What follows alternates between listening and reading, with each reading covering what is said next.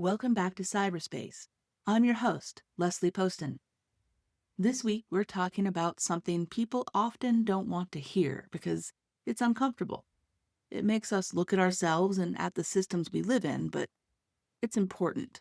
We're talking about everyday eugenics, not the history textbook version with the swastikas and gas chambers, not just pseudoscientific horror from a century ago, although that's all part of it.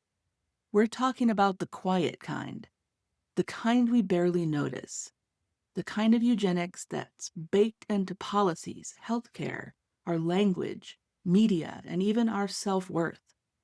The kind that decides, without saying so out loud, that some people don't deserve to live.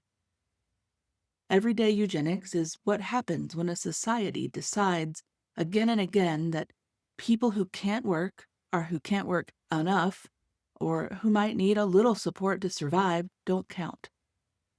It's what happens when we treat healthcare as a privilege tied to employment, not a right tied to existence. It's what happens when our government shrugs and says, only some people will die during a pandemic. And it's what happens when we let that slide, when we start to believe it's okay. Let's talk about how we got here and what's really going on beneath the surface. We're taught from an early age that our value comes from productivity. It's in our school system, our work culture, our insurance plans even.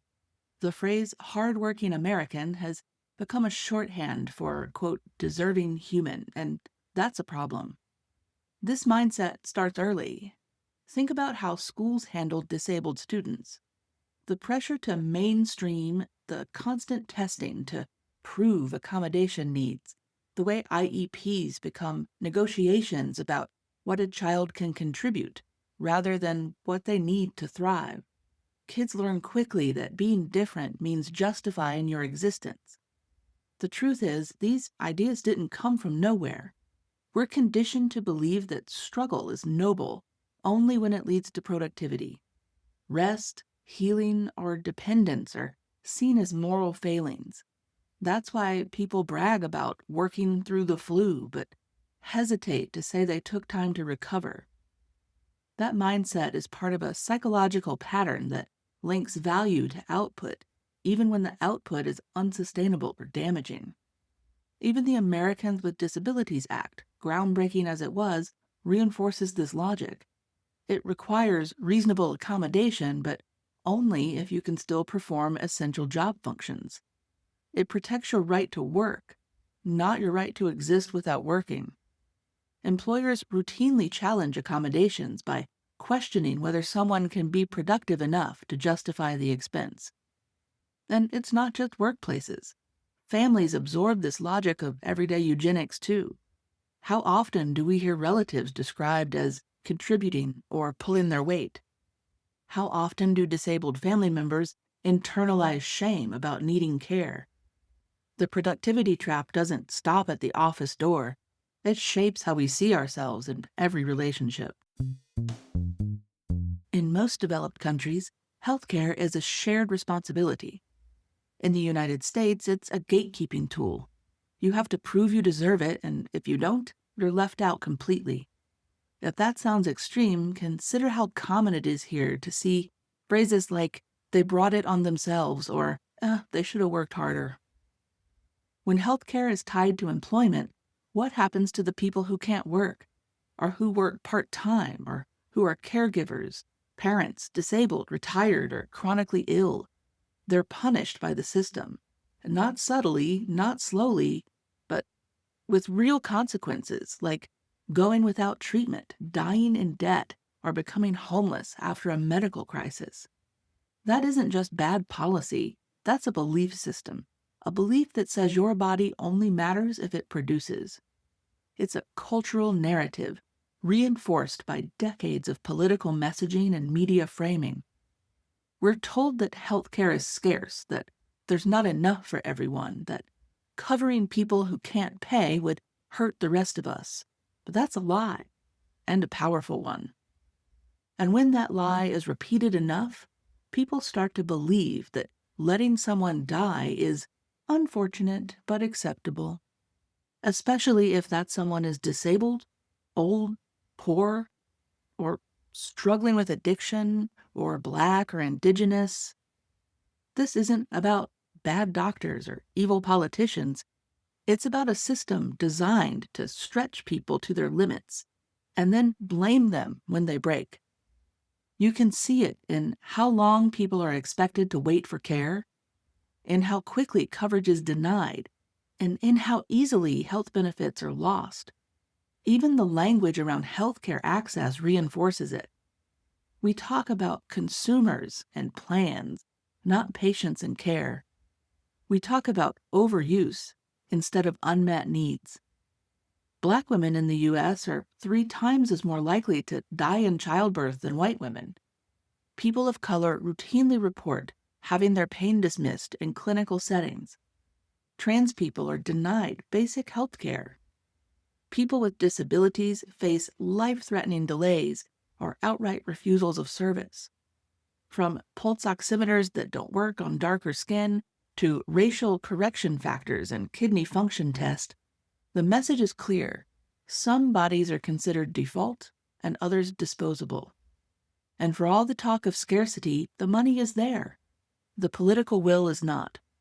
When people say the system is overwhelmed, they're often masking the fact that the system is exclusive by design. The overwhelmed part, that's us, the people trying to survive inside it. During the early years of this ongoing COVID-19 pandemic, we saw this logic play out in real time.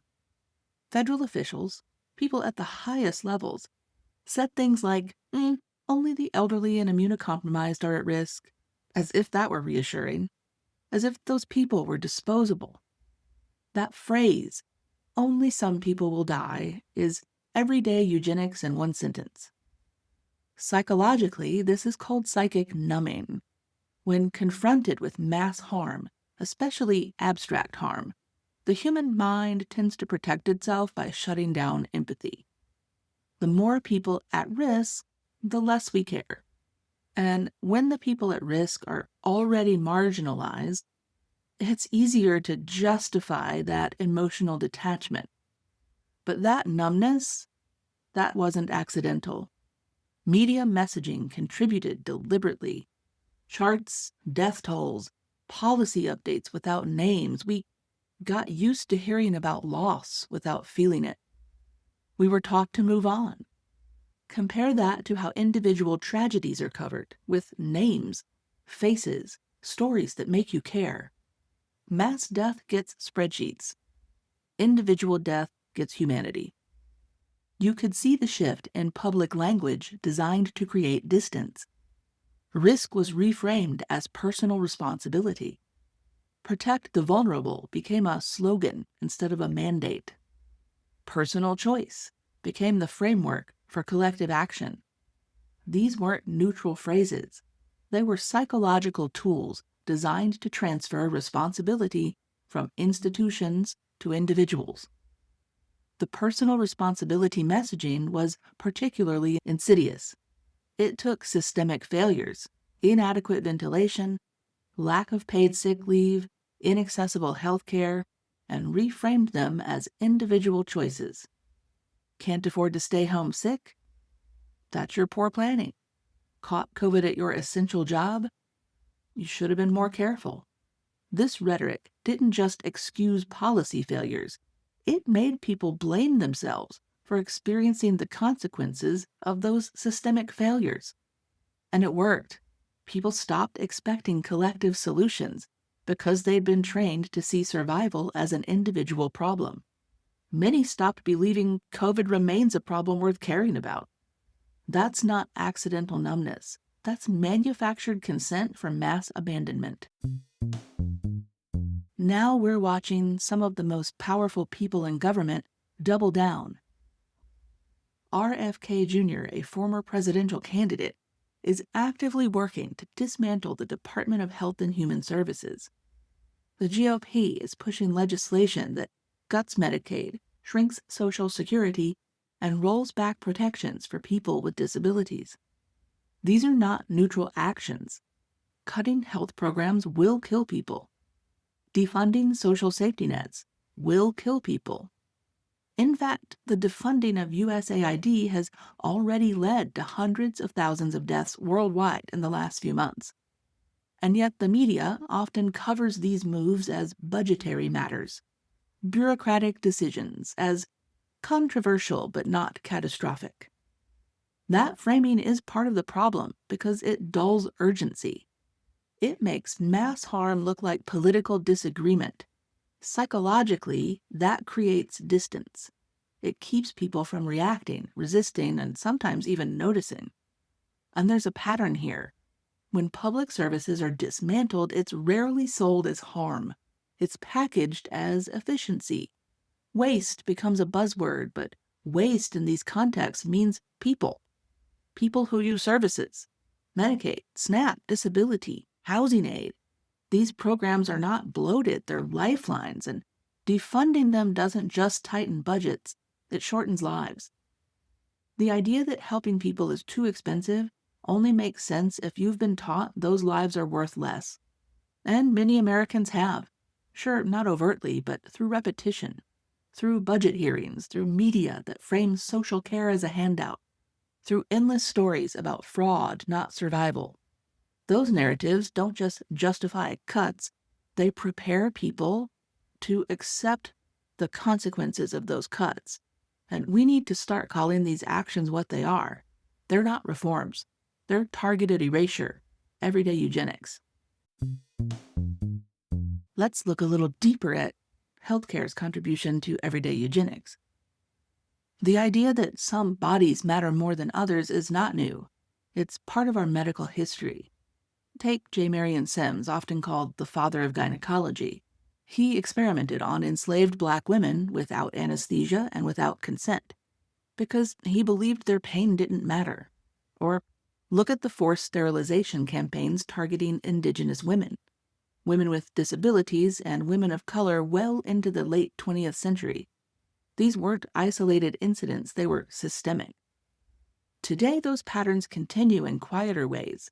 Black women in the United States are still 3 times more likely to die in childbirth than white women. People of color routinely report having their pain dismissed in clinical settings. Trans people are denied basic care. People with disabilities face life-threatening delays or refusals of service.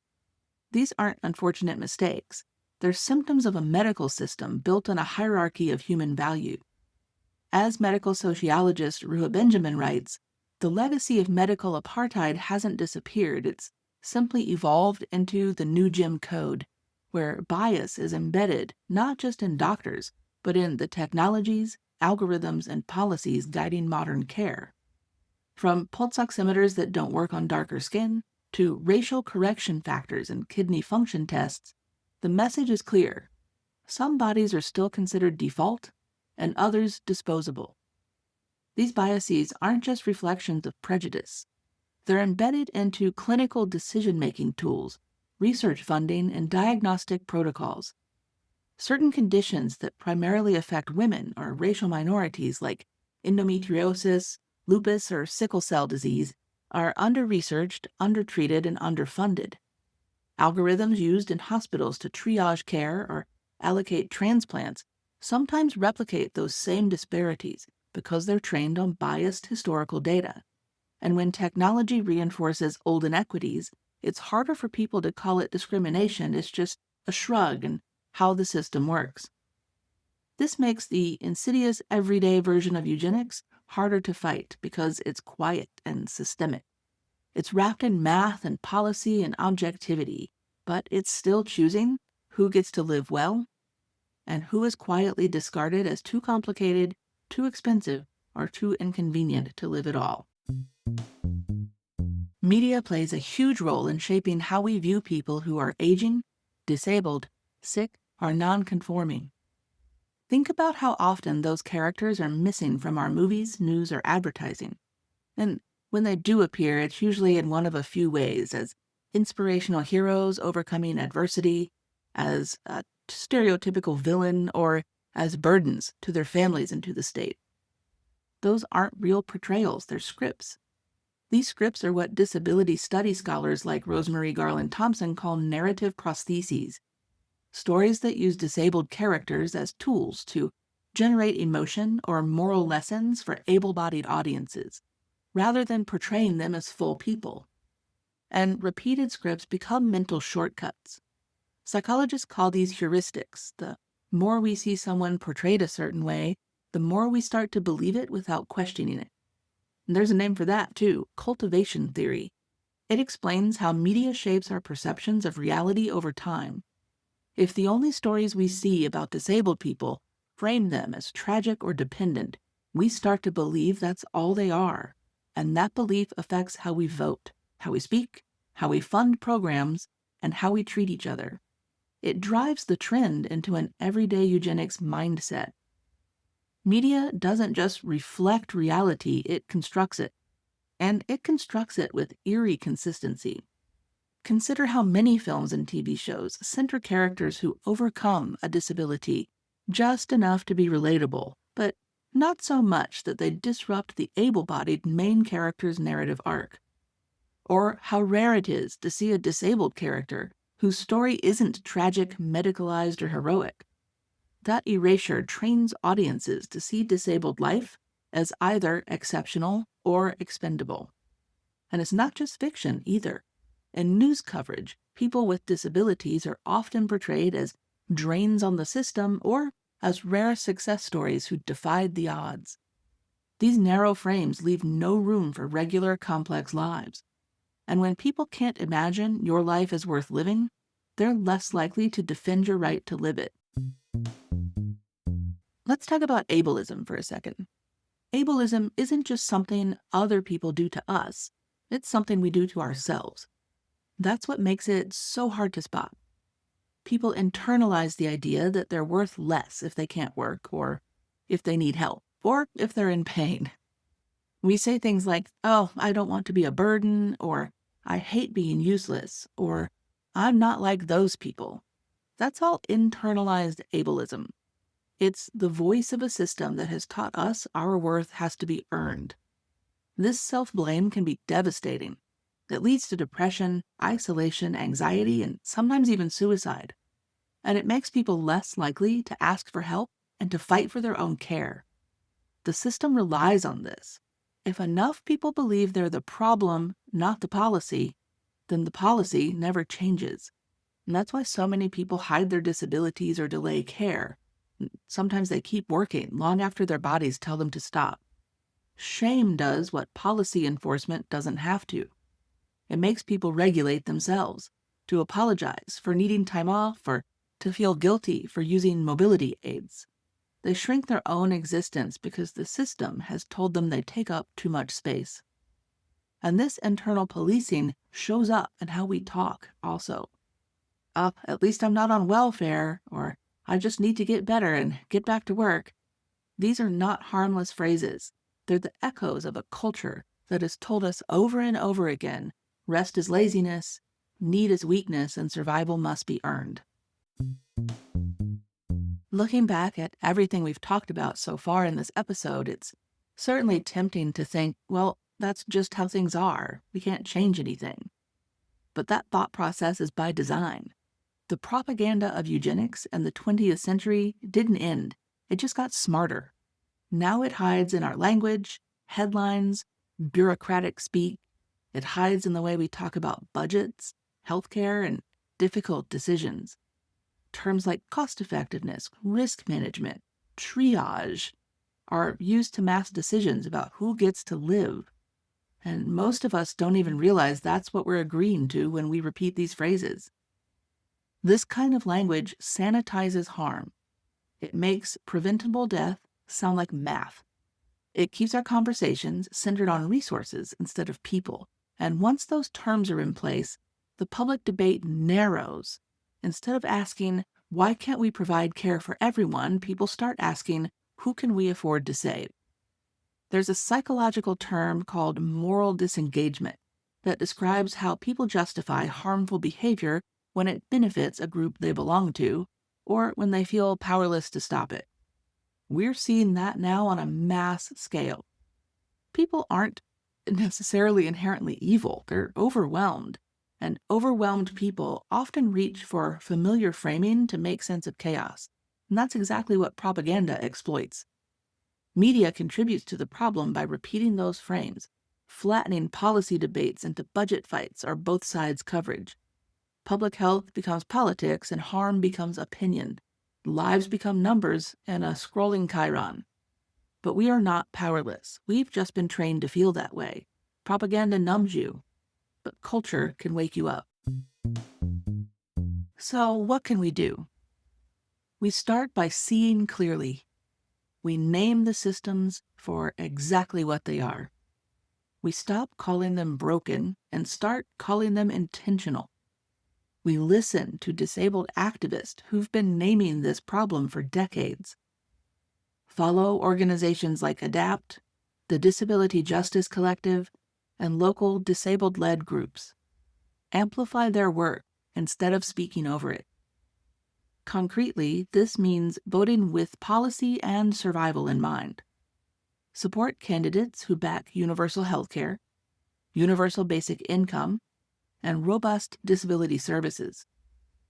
Vote in local and midterm elections where your school board and city council decisions directly affect accessibility and services. Show up to town halls and budget meetings. They're not glamorous, but they're where life and death decisions get made. Support mutual aid networks that keep people alive when the state won't. Find your local disability mutual aid group, community fridges, or harm reduction organizations. Donate money if you have it, time if you don't. Learn about the disabled people in your community and what they actually need, not what you think they need. Change how you talk. Stop using productivity language to describe human worth. When someone says, "I feel useless," don't respond with the knee-jerk, "You're not useless, you contribute so much." That just reinforces the productivity trap. Try responding with, "Your worth isn't about what you produce," instead. Challenge ableist language when you hear it, including your own. At work, push for real accommodation policies, not just legal compliance. Advocate for flexible schedules, remote work, and inclusive hiring practices. If you're in healthcare, education, or social services, question policies that create barriers. If you're in media, examine whose stories get told and how. Let's rewire how we see each other and stop defining people by productivity. Stop treating care as charity. Remember that being alive is enough reason to want someone to live. This isn't easy work. It takes constant awareness and constant correction. But the alternative, accepting everyday eugenics as normal, isn't something we can afford. Not if we want a world where everyone matters, and not just the strong, not just the well, not just the deserving, everyone. So ask yourself, who benefits from a world where care is conditional? Who profits from our shame? Who gains power when we accept that only certain bodies deserve comfort, support, and time to heal? Once you start asking those questions, the logic of the whole system starts to crack.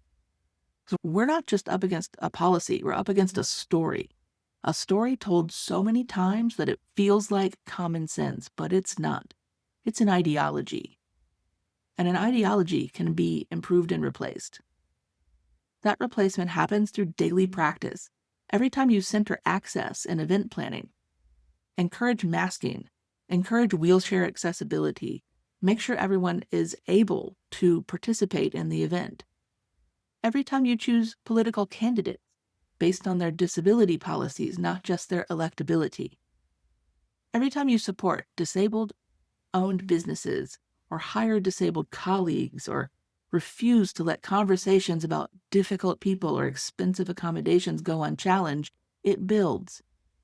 Every conversation that centers care over convenience, every vote cast with someone else's survival in mind, every decision to value people for their humanity instead of their labor, that's resistance. And resistance matters because the alternative is numbness. It's letting the machine run while telling ourselves we can't stop it, but we can. The spell breaks every time someone names what's really happening. And once you see it, you can't unsee it. You can only decide whether you want to be part of it or help tear it down.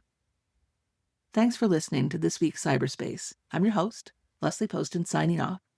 And as always, until next time, stay curious. And don't forget to subscribe so that you don't miss a week. And maybe send it to a friend so more people start understanding their world. Thanks for listening.